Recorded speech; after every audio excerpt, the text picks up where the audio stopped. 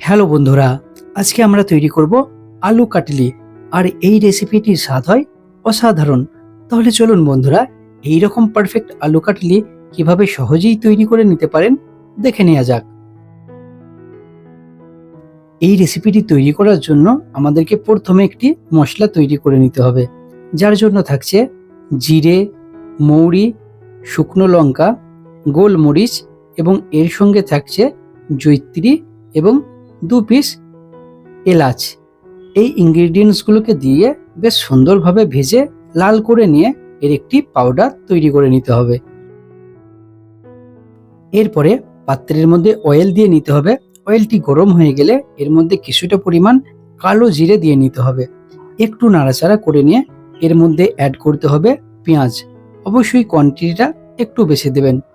পেঁয়াজ দেওয়া হয়ে গেলে এটি নাড়াচাড়া করে নিয়ে গোল্ডেন টু ব্রাউন কালারের মধ্যে নিয়ে আসতে হবে। এখানে পেঁয়াজের কালারটি পরিবর্তন হয়েছে, এমন তো অবস্থায় আদা এবং রসুনের পেস্ট দিয়ে নিতে হবে।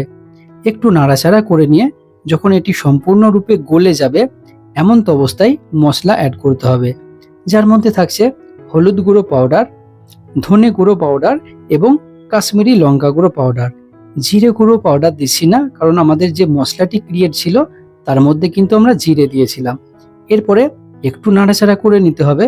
যখন মশলাটি পারফেক্ট রেডি হয়ে যাবে, ঠিক এই রকম এমন তো অবস্থায় আলু দিতে হবে। এখানে আলুর সাইজগুলো দেখে নিন, ঠিক এই রকম রাউন্ড আকৃতির পাতলা স্লাইস তৈরি করে এক এক করে সমস্ত আলুগুলোকে এর মধ্যে দিয়ে নিতে হবে। সমস্ত আলু দেয়া হয়ে গেলে এরপর কিছুক্ষণ যাবৎ মশলার সঙ্গে এই আলুগুলোকে কষিয়ে নিতে হবে। এখানে একটা কথা বলে রাখি, আমরা কিন্তু এই রেসিপিটির মধ্যে কোনো রকম জল ইউজ করব না। উইদাউট জলেতেই কিন্তু এই আলুগুলোকে সেদ্ধ করে নিতে হবে। এরপরে আমরা এর মধ্যে অ্যাড করে নিচ্ছি লবণ।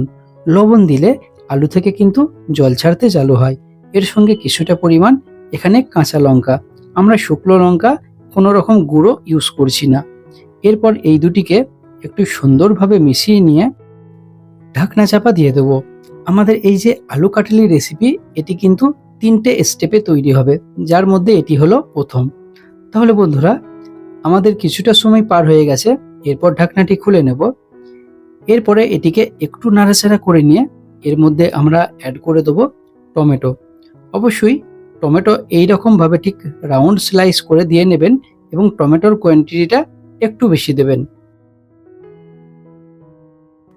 টমেটো দেওয়া হয়ে গেলে কিছুক্ষণ এটিকে কষিয়ে নিয়ে এরপর ঢাকনা চাপা দিয়ে নিতে হবে। তাহলে টমেটো থেকে জলটি বের হয়ে আসবে। আর যেহেতু আমরা এখানে কোনো রকম জল ইউজ করছি না, তাই স্টেপ বাই স্টেপ এই আলুগুলি সেদ্ধ হবে। আবারও কিছুটা সময় পার হয়ে গেছে, আমরা ঢাকনাটি খুলে নেব। বন্ধুরা, আপনারা দেখতেই পাচ্ছেন এখানে টমেটো এবং আলু থেকে আবারও কিন্তু কিছুটা পরিমাণ জল বের হয়ে এসছে। আর আমাদের আলুগুলো এখানে কিছুটা পরিমাণ কুকড হয়েছে। এটি হলো পারফেক্ট সময়। এই সময়টিতে কিন্তু আমরা যে মশলাটা প্রথমে তৈরি করেছিলাম সেটি দিয়ে নিতে হবে। মশলা দেওয়া হয়ে গেলে একটু নাড়াচাড়া করে নিয়ে এর মধ্যে অ্যাড করতে হবে ধনেপাতা। তাহলে আমরা কিছুটা পরিমাণ ধনেপাতা এই রেসিপির মধ্যে অ্যাড করে নিলাম। এরপরে এটিকে কিছুক্ষণ যাবৎ কষিয়ে নিতে হবে এবং এটিকে আবার ঢাকনা চাপা দিয়ে নিতে হবে। এটি হলো ফাইনাল টাচ। এতেই কিন্তু আমাদের এই রেসিপিটি কিন্তু তৈরি হয়ে যাবে।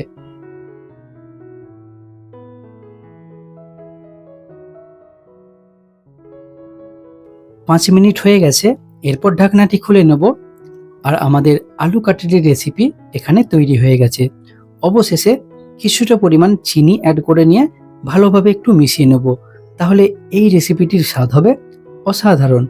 এইভাবে খুবই সহজ উপায়ে আপনারা এই রেসিপিটি তৈরি করে নিতে পারেন। আর দেখতেই পাচ্ছেন আমাদের এই আলু কাটলি রেসিপিটি কতটা সুন্দর তৈরি হয়েছে এবং এটি খেতেও হবে অপূর্ব। তাহলে চলুন বন্ধুরা, আবারও দেখা হচ্ছে পরের ভিডিওতে। আরও নতুন ভিডিও দেখার জন্য আয়াত কিচেন চ্যানেলকে সাবস্ক্রাইব করে নেবেন। Bye bye.